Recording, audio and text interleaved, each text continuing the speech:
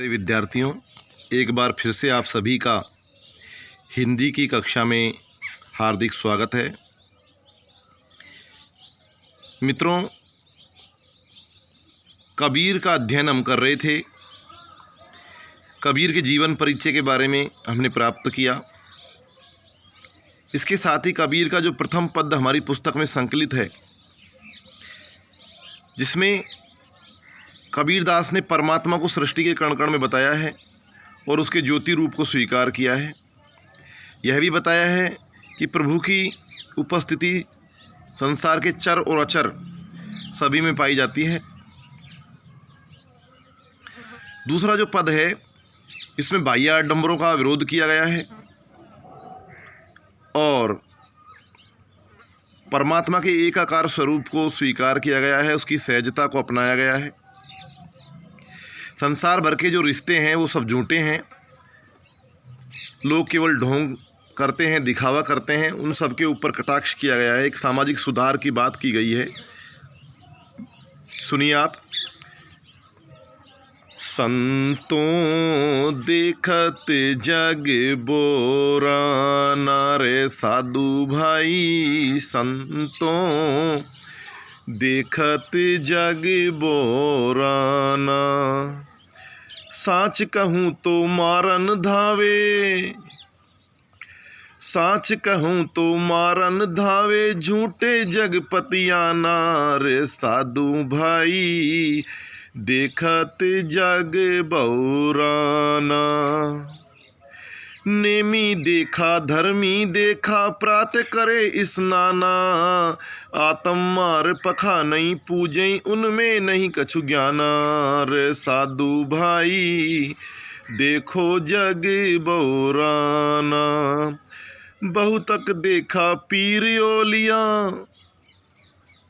बहुतक देखा पीर ओला, ओलिया पढ़े किताब कुराना, कई मुरीद तदबीर बतावई, उनमें वहीं जो ज्ञाना रे साधो भाई, देखो जग बौराना। आसन मार डिम्ब धरी बैठे, मन में बहुत गुमाना, पीपर पाथर पूजन लागे, तीर्थ गर्भ भुलाना रे साधो भाई, देखत जग बोराना। टोपी पहरे माला पहरे, छाप तिलक अनुमाना, साखी सब दही गावत भूले, आत्म खबर न जाना। हिंदू कहे मोहि राम प्यारा, हिंदू कहे मोहि राम प्यारा, तुरक कहे रहीमाना, आपस में दो लर लर मुए, मरम काहू ने जाना रे साधो भाई, देखो जग बौराना।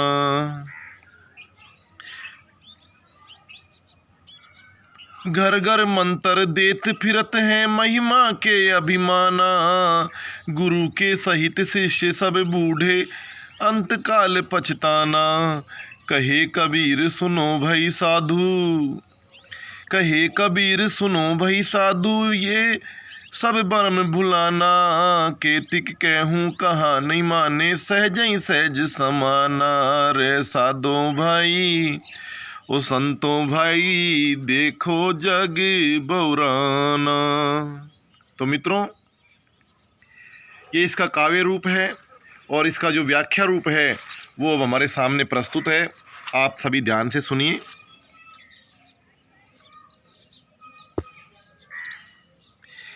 क्या कहते हैं? संतो देखत जो बोराना, एक तरह से व्यंग्य भी है इसमें कि हे सज्जन लोगों, देखिए तो सही, संसार पागल हो गया है। बौराना यानी पागल होना। अरे साधु भाइयों, संतों, सज्जनों, देखिए संसार पागल सा हो गया है। साँच कहूँ तो मारन धावे, यदि मैं सत्य कहता हूँ, उनके बारे में बताता हूँ, तो मुझे मारने के लिए दौड़ते हैं।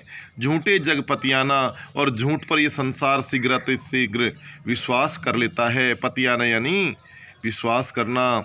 नेमी देखा धर्मी देखा, प्रातः करे स्नाना, कि मैंने इस संसार में ऐसे नियम व्रत वाले देखे हैं, धर्म वाले देखे हैं, जो प्रातः हर रोज स्नान करते हैं। आत्म मार पखा नहीं पूजे, और वो आत्मा को मार करके पत्थरों की पूजा करते हैं। उनमें कछु नहीं ज्ञाना। मैं तो समझता हूँ कि ऐसे मनुष्यों में कोई ज्ञान नहीं है। बहुत तक देखा पीर ओलिया पढ़े किताब कुराना, कि मैंने ऐसे बहुत सारे पीर और ओलिया यानी साधु संतों को, मुसलमानों को, धर्म गुरुओं को देखा है जो विभिन्न प्रकार की किताबों को और कुरान पुस्तकों को पढ़ते हैं और ज्ञान बांटते हैं। कई मुरीद, और वो उसी आधार पर मुरीद यानी अपने शिष्यों को तदबीर अर्थात उपाय बताते हैं, यानी उन्हीं पढ़े लिखे किताबों के आधार पर अपने शिष्यों को उपाय बताते हैं। उनमें वही जो ज्ञाना जो उनमें या उन्होंने ज्ञान प्राप्त किया है। आसन मार डिम्ब धरी बैठे, और ऐसे मनुष्य आसन लगा करके घमंड पूर्वक बैठ जाते हैं, स्थिति जमा लेते हैं। मन में बहुत गुमाना, और अपने मन में बड़ा घमंड करते हैं, गर्व का अनुभव करते हैं। पीपर पाथर पूजन लागे, पीपल और पत्थरों की पूजा करते हैं। तीर्थ गर्व भुलाना, और तीर्थ करते हुए बड़ा ही गर्व करते हैं, परमात्मा को भूल जाते हैं। टोपी पहरे माला पहरे छाप तिलक अनुमाना, और हिंदुओं पर कटाक्ष करते हुए कहते हैं कि वो लोग माला को धारण करते हैं, तिलक और छापा लगाते हैं, और मुसलमान लोग टोपी पहनते हैं, यानी मुसलमान टोपी पहनते हैं और हिंदू लोग माला धारण करके और तिलक छापा लगा लेते हैं। आगे बता रहे हैं, साखी शब्दही गावत भूले आत्म खबर न जाना, कि उन्हें अपनी आत्मा की खबर नहीं रहती है, स्वयं की खबर नहीं रहती है, और वो साखी अर्थात साक्ष्य शब्द ही का मतलब होता है जो कबीर ने जिन सब उदाहरणों को दिया है, और गावत यानी जो पद हैं कबीर के उनको भूल गए हैं, और उन्हें अपने स्वयं की खबर भी नहीं रहती है। साखी शब्दही गावत भूले, कि कबीर की जो साखियाँ हैं, दोहे हैं, पद हैं, उनको उन्होंने गाना भुला दिया है। और छोटे शब्दों में कहें तो ऐसा है कि उन्होंने जो संगति है, सत्संग है, उसको भुला बैठे हैं और स्वयं की खबर नहीं है। हिंदू कहे मोहि राम प्यारा, तुर्क कहे रहीमाना। हिंदू तो कहता है कि मुझे राम प्यारा है, और मुसलमान कहते हैं कि हमें रहमान प्यारा है। आपस में दो ही लर मुए, और आपस में इसी अंधकार में वैर असमंजस की स्थिति में दोनों लड़ कर मर जाते हैं। मरम न काहू जाना, और वास्तविक सत्य को कोई पहचान नहीं पाता है। घर घर मंत्र देत फिरते हैं महिमा के अभिमाना, अपनी महिमा के घमंड में आकर के अभिमान के वशीभूत होकर के वो पीर ओलिया साधु संत घर घर मंत्र देते फिरते हैं, अपने नाम की महिमा का बखान करते हैं। गुरु के सहित शिष्य सब बूढ़े, और ऐसे गुरु जो अनुभवहीन हैं, जिनको ज्ञान नहीं है, उनके साथ साथ उनके शिष्य भी बूढ़े यानी डूब जाते हैं। अंतकाल पछताना, और अंत में उन्हें पछताना पड़ता है। कहे कबीर सुनो हो संतो, इसलिए कबीरदास जी कहते हैं कि हे साधु लोगों ध्यान से सुनिए। ई सब मरम बुलाना, और ये जो इस सब भ्रम बुलाना, इस सब जो इस प्रकार का भ्रम है उसे हमें बुला देना चाहिए। केतिक कहूँ कहाँ नहीं माने, लेकिन मैं करूँ तो क्या करूँ, कितना भी कहो ये संसार कहाँ नहीं मानता है। सहज ही सहज समाना, कि वास्तव में परमात्मा जो है वो सहजता से प्राप्त होता है। कहे कबीर सुनो हो संतो, कबीरदास जी कहते हैं कि हे सज्जन लोगों ध्यान से सुनो। ई सब मरम बुलाना या ई सब भ्रम बुलाना, यानी सारा संसार इस भ्रम में ये बुला चुका है कि वास्तविक सत्य क्या है, जबकि सत्य तो ये है कि सहज ही सहज समाना, कि परमात्मा तो सहजता से प्राप्त होता है, ढोंग दिखावे से प्राप्त नहीं होता है। इस संबंध में मुझे एक पंक्ति याद आ रही है मित्रों। रैदास जो मीरा के गुरु थे, उन्होंने कहा है कि मन चंगा तो कठौती में गंगा। जिसका मन शुद्ध है, अंतःकरण शुद्ध है, जो दीनों पर दया करता है, जो अपने कर्म को निरंतर लगातार ईमानदारी पूर्वक निभाता है, परमात्मा उसी के होकर के रह जाते हैं।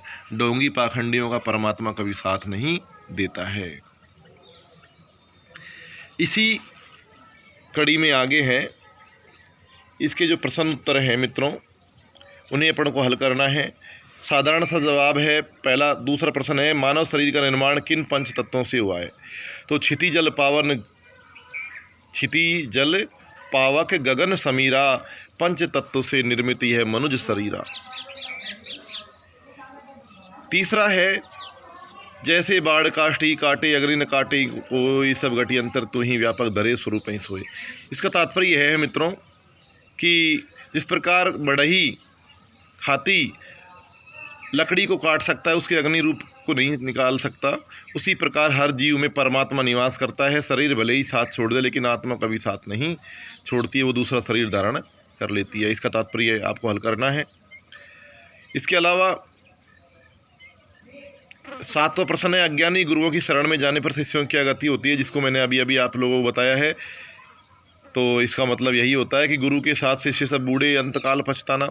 यदि गुरु मूर्ख है तो चेला भी मूर्ख ही पैदा होगा, वो भी उसके नियम पद चिन्हों पर चलेगा। इसलिए सोच समझ करके अपना गुरु बनाए, ये आपको हल करने हैं। ठीक है।